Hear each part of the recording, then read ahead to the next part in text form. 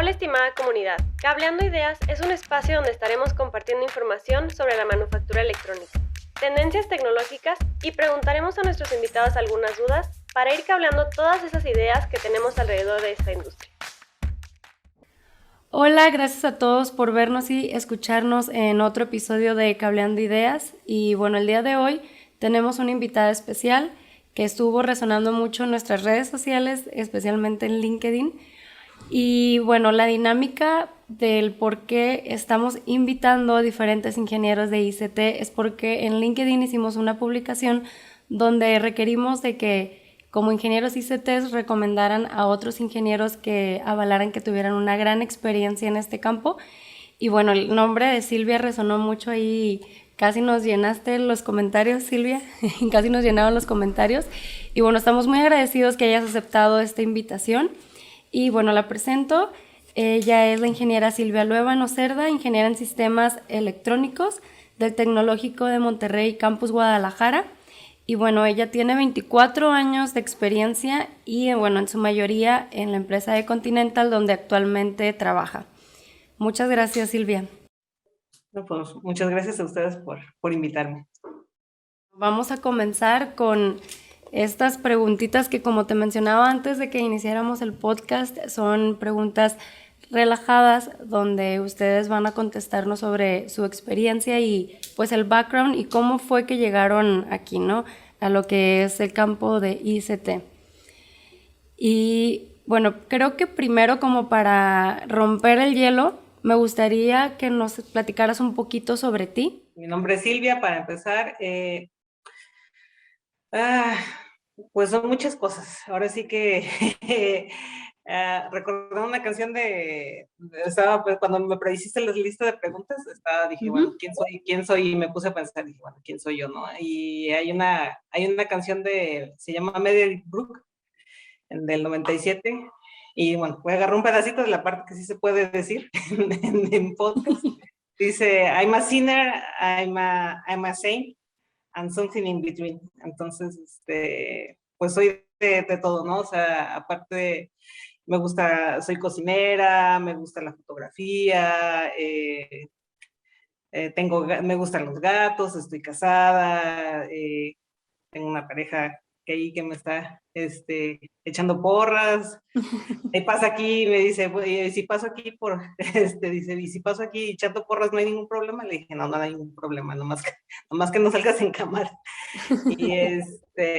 Y y soy hija, eh, tengo, tengo mi familia, tengo familia extendida, y, y pues soy muy afortunada de todavía estar por aquí, a pesar de todo y de todo lo que ha pasado, ¿verdad? Sí, un punto muy importante. La verdad, de estar agradecidos pues de todo lo que fue el caos, ¿no? Estos últimos 2 años. Inclusive estábamos platicando acerca de eso, Daniel, Pablo y yo. Grabamos un podcast de lo que fue el recuento de este año, pero en realidad fue un episodio del recuento de estos últimos 2 años, ¿no? O sea, fue algo increíble lo que vivimos como humanidad. Entonces, sí, te entiendo totalmente de estar agradecida. Y bueno, la segunda pregunta y con la que me gustaría comenzar para ya entrar en materia la primera es, ¿qué es lo que no te dicen de la ingeniería de pruebas? No estudias para ingeniero de pruebas, o sea, no hay una carrera que te diga, pero tienes que saber de varias cosas para poder ser un ingeniero de pruebas, especialmente en electrónica, ¿no? Es electrónica, computación, hasta manejo de proyectos, y algo que creo que, bueno, son de las cosas que han empezado a sonar un poco más últimamente con esto de los centennials, eso de que, pues del manejo de la persona, ¿no? O sea, el manejo de cómo te tratas a las demás personas, que en las carreras nunca te explican que también debes de aprender negociación, finanzas, todo ese tipo de cosas que no, que las aprendes después de y que a veces ya es demasiado tarde, ¿no? Entonces, pero sí es de algo que no te dicen y creo que es algo que es importante saber, es que tienes que ser muy necio. Creo que la necedad es una característica especial para un ingeniero de pruebas. O sea, tiene que ser, le tiene que gustar, o sea, tiene que gustarle lo que tiene que ser y te apasiona tanto que ahí estás hasta que funcione, ¿no? O sea, dices, no, yo no me voy aquí hasta que termine, hasta que se funcione bien. Y creo que esa es la parte que a veces no te dicen.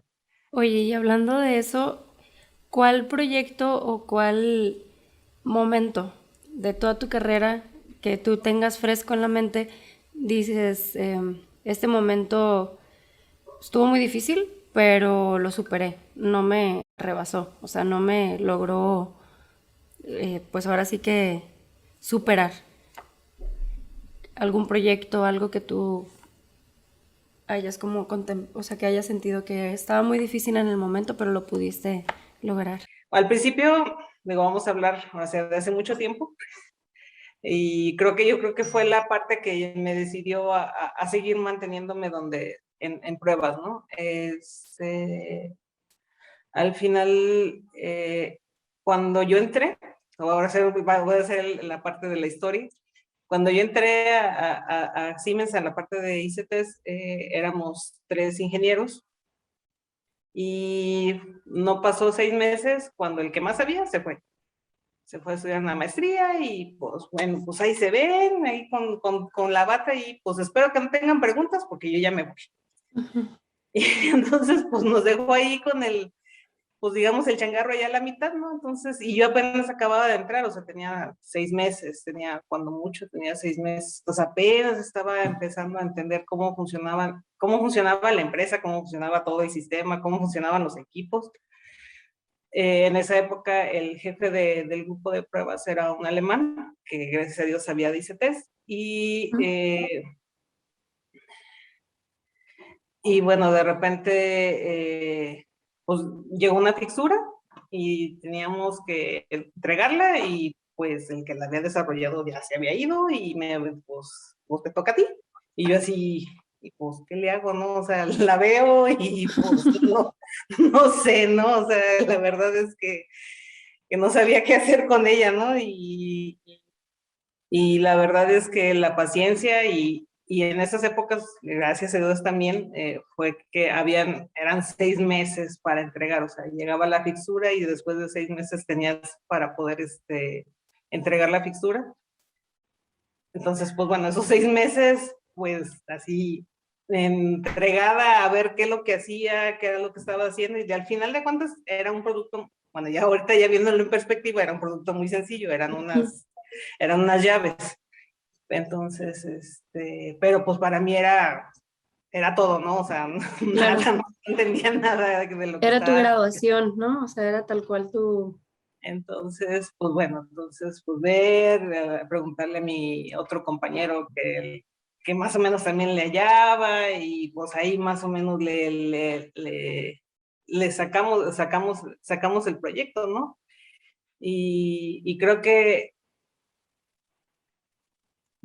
todo eso fue lo que me hizo decir, bueno, pues quiero seguir estando aquí, ¿no? O sea, no es de que, no, pues creo que esto no es para mí, ¿no? O sea, más bien, sino al contrario, es para mí y pues a seguir aprendiendo, ¿no? O sea, y recuerdo también una vez, también otro de las cosas es un cambio que hubo de un software también, que también igual estaba empezando y, y tuve la delicadeza de imprimir el test plan y pues eran hojas y hojas de código, ¿no? Entonces, porque no entendía, ¿no? Entonces, pues casi lo pego todo completo y me pongo a ver línea por línea a ver qué hacía, ¿no?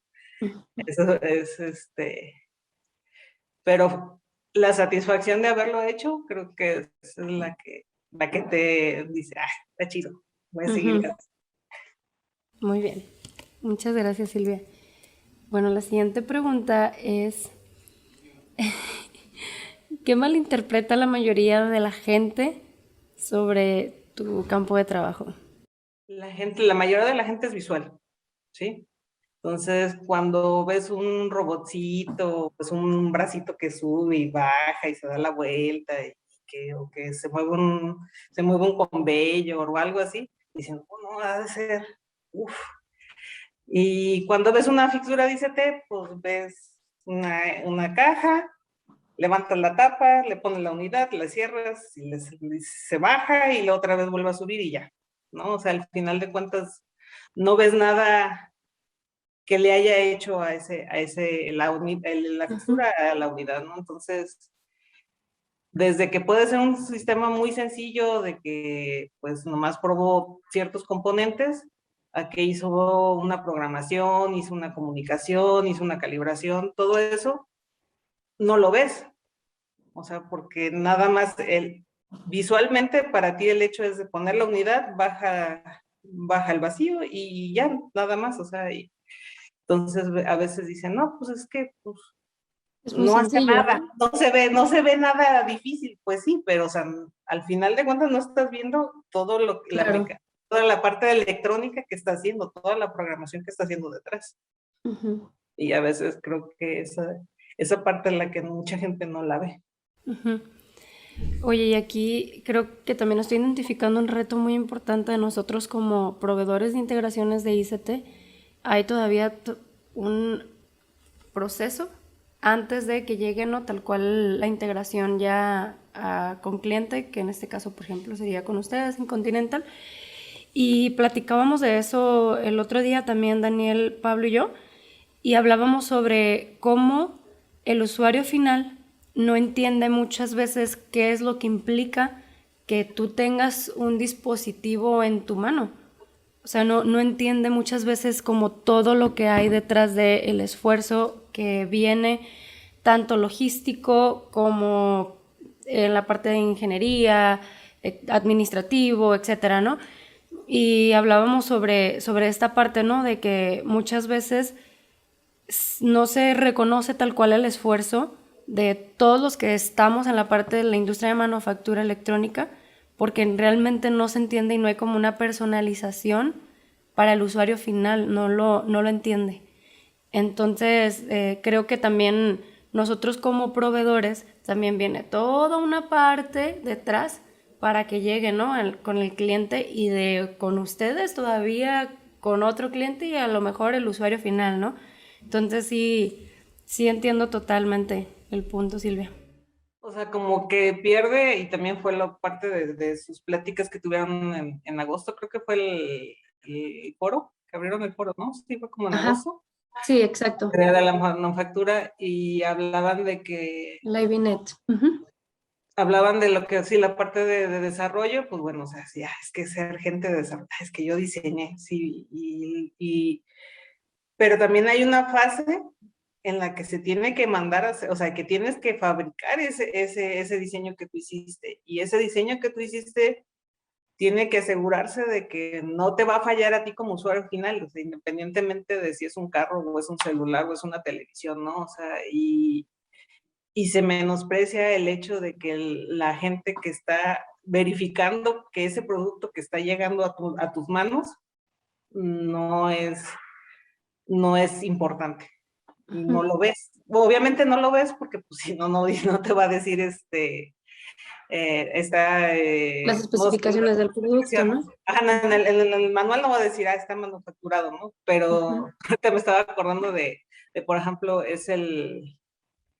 tampoco podemos firmar como en los Lamborghini, ¿no? Los motores, según eso, al final, cuando termina el diseñador digo, el que manufacturó el motor, le pone su firma, ¿no? O sea, como diciendo, esto es mío. Yo no puedo ponerle, esto es mío, ¿no? O sea, pero pues creo que igual tendríamos que ponerle algo así, ¿no? Para decir, miren, yo también, miren, aquí estoy yo. Ajá. Los créditos de las películas también hay. Pongan pausa en el minuto 406 y ahí estoy. Sí, totalmente. Sí, muchísimas gracias Silvia por contestar esta pregunta y bueno, nos vamos a ir a la siguiente, que es ¿cuáles son las mejores prácticas y o consejos para depurar. Bueno, pues es tal cual una prueba. Y bueno, creo que esta pregunta ahora sí que es muy abierta para que tú les digas a otros ingenieros que están en el mismo campo, o sea, como de lo que tú has vivido, ¿cuál crees que sea una práctica que te haya funcionado?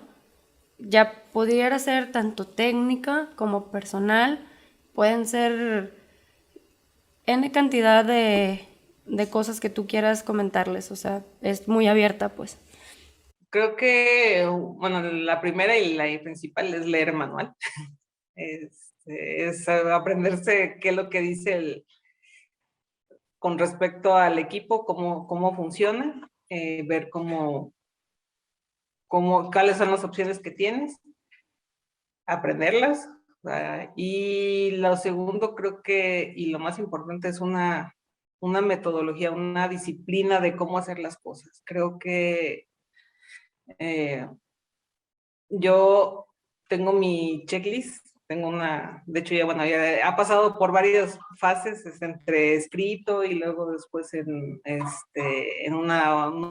notas, y luego después lo puse en un OneNote, una lista de to-do list, ¿no? O sea, y dije, bueno, pues para que no se me olvide, o sea, ¿qué tengo que hacer desde que tengo que diseñar la fixtura hasta que tengo que entregarla, ¿no? Entonces son como 150 pasos que hay que hacer, ¿no? Y, y hay que hacerlo, ¿no? O sea, sigues toda la lista, o sea, hay cosas que igual en algún momento no vas a necesitarlos por la naturaleza del proyecto, pero creo que sí la disciplina o una metodología de cómo hacer las cosas siempre es la mejor, o sea, y ya aprendiendo esa metodología, si igual te cambian el equipo y tienes que hacer otra cosa, pues, o sea, te sigues, o sea, haces esa nueva metodología para ese nuevo equipo, para esa nueva prueba y ahí empiezas otra vez a hacer la metodología y es cuando empiezas a aprender, o sea, porque si no es de que, ay, y le habré puesto esto, y le habré depurado esto, y le habré modificado esto, pues ya cuando empiezan a fallar, ay, sí, cierto, se me olvidó. Pues no, ¿verdad? O sea, no, creo que Claro. no es. Además de que no es ni lo más agradable, porque pues obviamente ya se supone que cuando entregas un equipo, pues tienes que meterte en otro proyecto. No, y aparte es crucial en el momento de tiempo de prueba, o sea, lo que es el viaje del producto dentro del backend, pues es crucial, ¿no? El tiempo que se le destina pues a cada producto, entonces. Y entonces de que, ay, se me olvidó, pues como que ya se me olvidó, pues, no sé, y la verdad es Claro. que a mí me ha servido mucho, o sea, aparte de la disciplina de escribir, y es hacer, ya pasé esto, ya hice esto otro, entonces pues ya, estás seguro que ya pasaste por todas las bases y que no se te olvidó nada. Y, por ejemplo, ahora en lo que es la parte técnica que a ti te ha servido, como cuál sería, o por ejemplo, si pudieras ligar algo que viste en la universidad o algo que no viste en la universidad y que al momento de que o sea, que hayas llegado a ese momento y te hubieras quedado como, esto lo aprendí en la universidad y va, o sea, lo puedo hacer, o si no de que esto no lo aprendí, o sea, no me prepararon para esto, o sea, que fue alguna muy buena práctica que tú digas ya en lo parte técnico. Pues creo que la principal es la negociación, o sea, lo que habíamos platicado de lo que ahorita, cosas que debes de aprender desde que eres chiquito, la negociación, finanzas, todo ese tipo de cosas, creo que la parte de negociación es muy importante y es para toda la vida, ¿no? O sea, al final de cuentas, y me acuerdo en uno de los cursos que tomé de negociación, decía, bueno, es que negocias desde que está chiquito, estás negociando. No te das cuenta, Los pero estás permisos con negociando. los papás, ¿no? Exacto, ándale, y voy a lavar el carro y voy a limpiar Exacto. mi cuarto, pero me dejas ir al cine. Entonces, todo eso es negociación y a veces en tu mente no te llega, pero pues bueno, o sea, eso es parte de la negociación, ¿no? Y eso también, pues, para hablar con un cliente, para decirle, bueno, esto sí se puede, esto no se puede, hasta aquí se puede. ¿Qué me vas a dar tú a cambio? Porque pues también igual, pues yo nomás te estoy dando todo y tú, pues, ¿y en qué parte tú vas a darme tú algo a cambio, no? Entonces, creo que esa parte sí faltó. Sí, de hecho, ahorita que lo comentas, acabamos de participar nosotros en una expo en Querétaro, se llamaba Testing Expo Querétaro, y Daniel Ruiz, que es nuestro Chief Commercial Officer, él preparó una charla para los ingenieros que estaban atendiendo en esa expo, que de hecho está también en YouTube, esa plática, y es de cómo defender un presupuesto, cómo defender un budget, que es algo que él dice como ingeniero pues en la parte de backend no te lo enseñan. O sea, no te enseñan a cómo defender tal cual cuando hay como una lista de proveedores, ¿no? Ustedes como ingenieros, hay una lista de proveedores, cada proveedor te otorga algo y tú dices, bueno, me quiero ir por el B, ¿no? Por el proveedor C o el proveedor B. Y obviamente el costo, por así decirlo, es como más alto, ¿no? Pero ¿cómo justificas ese budget, no? O sea, no, dice Daniel, es que no te lo enseñan cómo hacerlo tanto en la carrera y como tanto en la vida misma. Entonces él se puso como del lado de los ingenieros y fue como, porque él ya está en la parte comercial, ¿no? Entonces se trasladó. Entonces fue, ok, ¿cómo como ingeniero, cuáles son las herramientas que necesito tener para defender, ¿no? Un budget, pues. Entonces se me hace muy interesante que ahorita también pues nos comentes esto, porque sí es algo muy importante y no porque estén más como en la parte de prácticas técnicas, no significa que no vayan a ver cosas comerciales. Entonces se me hace muy importante esto que mencionas. Desde tu experiencia, Silvia, me comentas que fuiste a un curso. Entonces, ¿qué más has hecho como para reforzar esta parte? Algo que me ayudó mucho y que me hizo pues sentirme más segura de mí misma fue el hecho de aprender la metodología, bueno, certificarme en la metodología de PMI. Estoy certificada desde el 2014 y sigo siendo certificada. Y el PMI es una metodología de project management. Entonces, y te dicen, bueno, un proyecto, cómo empieza, cómo debe de iniciar, cómo debes darle seguimiento a ese proyecto y cómo cerrar ese proyecto, ¿no? Y pues para ello, pues hay una cantidad exorbitante de tareas que tienes que hacer, ¿no? Riesgos, costos, pues las tareas como ya vistas como pequeñas cosas, pues bueno, o sea, ¿qué va antes? ¿Qué es importante? ¿Qué va antes de que hagas esta tarea que tenías que hacer antes? ¿Qué después de esta tarea que tienes que hacer? ¿Qué pasa si esa tarea se alarga? ¿Qué pasa si esa tarea cambia?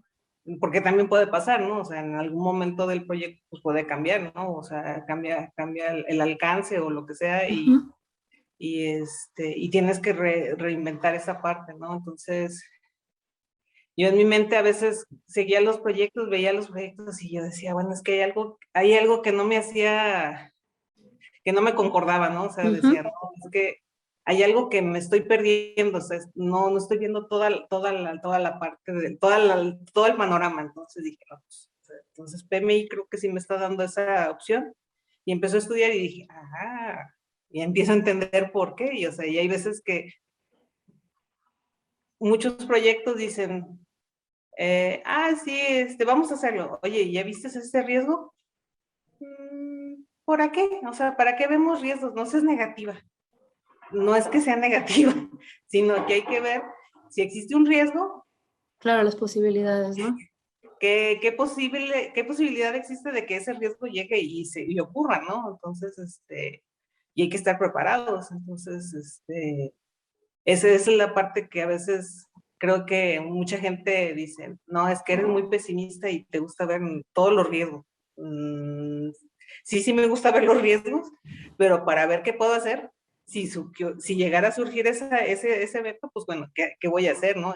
Para estar Para preparada. resolver, para estar preparada, no porque quiera ver todo nada más del vaso medio vacío, ¿no? Y pues en base a eso, pues otras cosas, de otros cursos, de hecho, bueno, ahora voy a hacer otro comercial, estoy inscrita también en Platzi, es otro centro de enseñanzas, he empezado a aprender cosas de storytelling, también he querido empezar a hacer cosas de videos, o sea, he empezado a hacer cosas de videos de capacitación, de cómo hablar también, tratar de hacer el menor uso de palabras así de espero que no, De digo, muletillas. espero que no salgan muchas, espero no salgan muchas en esta, la verdad, ahorita no me, estoy emocionada y espero no haber utilizado tantas muletillas. No te preocupes. O sea, también hay que aventarse ese tipo de cosas, ¿no? O sea, bueno, ahora sí soy experta en lo que hago, pero pues también tengo que decir cómo le hago ver a las demás personas que también soy experta y que tengo que explicarles lo que yo hago. Y ya no nomás presencial, sino ahorita, por ejemplo, ahorita por medio de Zoom estamos platicando, ¿no? No, y se me hace muy padre que tengas esa iniciativa de querer extender tu conocimiento, porque la verdad es que muchas veces el conocimiento que tenemos por cosas de la vida, tal cual porque vas de un lado para el otro, porque estás tan sumergida en el trabajo, no te detienes un poco y dices, oye, a ver, sé esto y creo que puede servirle a otras generaciones.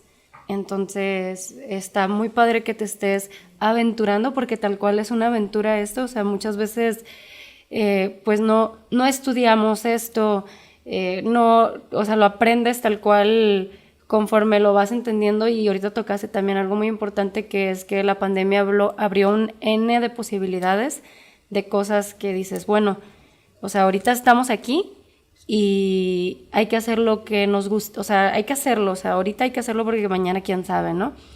Y me gustaría cerrar con una pregunta, Silvia, que también creo que va ligada a esto que comentas, porque al final creo que hace inclusive 3 años no creíste que estuvieras como aventurándote en esto, ¿no? Pero ahorita sí. Pero ahora esta pregunta va más allá todavía. A tus 16 años, o sea, tú te encuentras con Silvia, ¿no? Ahorita y tiene 16 años. ¿Qué le dirías a esa Silvia? ¿Qué pasaría si, no? O sea, creo que todo el mundo se pone a soñar de vez en cuando qué pasaría, ¿no? Sí. Y creo que al final no estaría donde estoy si no hubiera hecho las decisiones o no hubiera pasado extendidamente lo que pasó en ese momento, ¿no? Y siento que ahorita estoy feliz y tal vez, o sea, si hubiera escogido otra cosa, hubiera hecho otras cosas, también sería feliz, pero pues la verdad es que te aprendes a amar lo que tienes, a lo que haces y, y nada más pues mirar hacia adelante, o sea, de que va a haber un montón de dificultades, creo que va a haber, le diría, va a haber un montón de dificultades, te vas a encontrar con cosas que, bueno, ahorita ya tienen nombre, como es el techo de cristal, que dicen, el famoso techo de cristal, misoginia increíble, increíble, ese tipo de cosas no van a seguir pasando. Hace 3 años me fui a trabajar 2 años en Timisoara, en Rumania, y era súper increíble cómo era la forma de que las mujeres allá, o sea, las mujeres no están, o los hombres no son machistas, y las mujeres el mismo esfuerzo y si tú eres, algo que he visto en México es que si tú gritas o empiezas a exigir algo, ahí es que es una mandona. Es que han de andar en sus días, ¿no? Y en Rumania no, o sea, pues el mismo nivel, o sea, no se ve más ni menos. Y hay muchas mujeres en el grupo de ingeniería. De hecho, ahorita la que se quedó el grupo de para la división donde yo estaba trabajando, se quedó una chica, ¿no? Se quedó como jefa de grupo. Y no es algo que sea común para mí, o verlo de este lado. Entonces, creo que yo le diría que al final, resumiendo otra vez, regresando al tema, es que va a haber un montón de cosas que van a pasar, a veces buenas, a veces malas, pero todo eso te hace lo que eres ahora y creo que no sería bueno o no sería justo cambiarlo por ¿qué pasaría si? Muchísimas gracias, Silvia, por todo lo que nos comentaste, y creo que es algo muy, muy valiente esto que nos acabas de compartir, porque creo que es algo que no se dice, pero sí sucede. Entonces, la verdad que muchas gracias por compartirlo, y en general toda la plática, muchas gracias por abrirnos, pues ahora sí que las cámaras de tu casa. La verdad que pues estamos muy agradecidos que pues nos hayas acompañado, como te decía desde el principio. Eh, Nosotros sí sabíamos que habías estado un tiempo en Rumania. Pues como te comento, está muy padre que empieces a hacer también esta serie de videos que comentabas para que extiendas tu conocimiento y que, bueno, todos esos años de experiencia, todos esos sacrificios, todo esto que tú nos comentas, también no haya sido nada más para que te lo guardes, ¿no? Y que se quede con tu persona, sino que pues extiendas este conocimiento. Pues muchísimas gracias, Silvia. No sé si te gustaría agregar algo más. Como mencionamos al principio, no hay una carrera de ingeniero de pruebas. Uh-huh. Entonces, y el ingeniero de desarrollo de hardware o cosas de esas suena más interesante cuando estás estudiando electrónica que ingeniero de pruebas. Y creo que una parte de mis planes es tratar de llegar a esa parte de la escuela, ¿no? O sea, de llegar y decirles, oye, pruebas está chido también, o sea, no nomás es desarrollo, o sea, también hay Uh-huh. pruebas y también está chido, ¿no? O sea, entren a esta área y trabajen aquí, ¿no? Que es lo que normalmente en las universidades, ¿no? Es como los chicos son lo que creen que saliendo van a hacer, ¿no? Y siempre le apuestan más como a la parte de desarrollo, pero no saben como el Exactamente. mundo que hay acá en lo que es la manufactura, pues.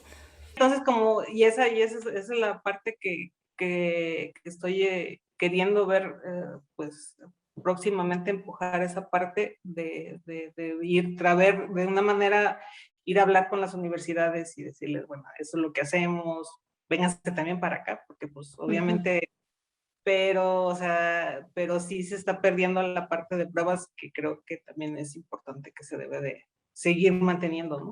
Pues perfecto, muchísimas gracias, Silvia, por esta entrevista. Y bueno, ahí vamos a seguir entrevistando a otros ingenieros y los invitamos a que sigan los otros episodios. Y bueno, de nuevo muchas gracias, Silvia. Nos Gracias, que estén vemos. bien.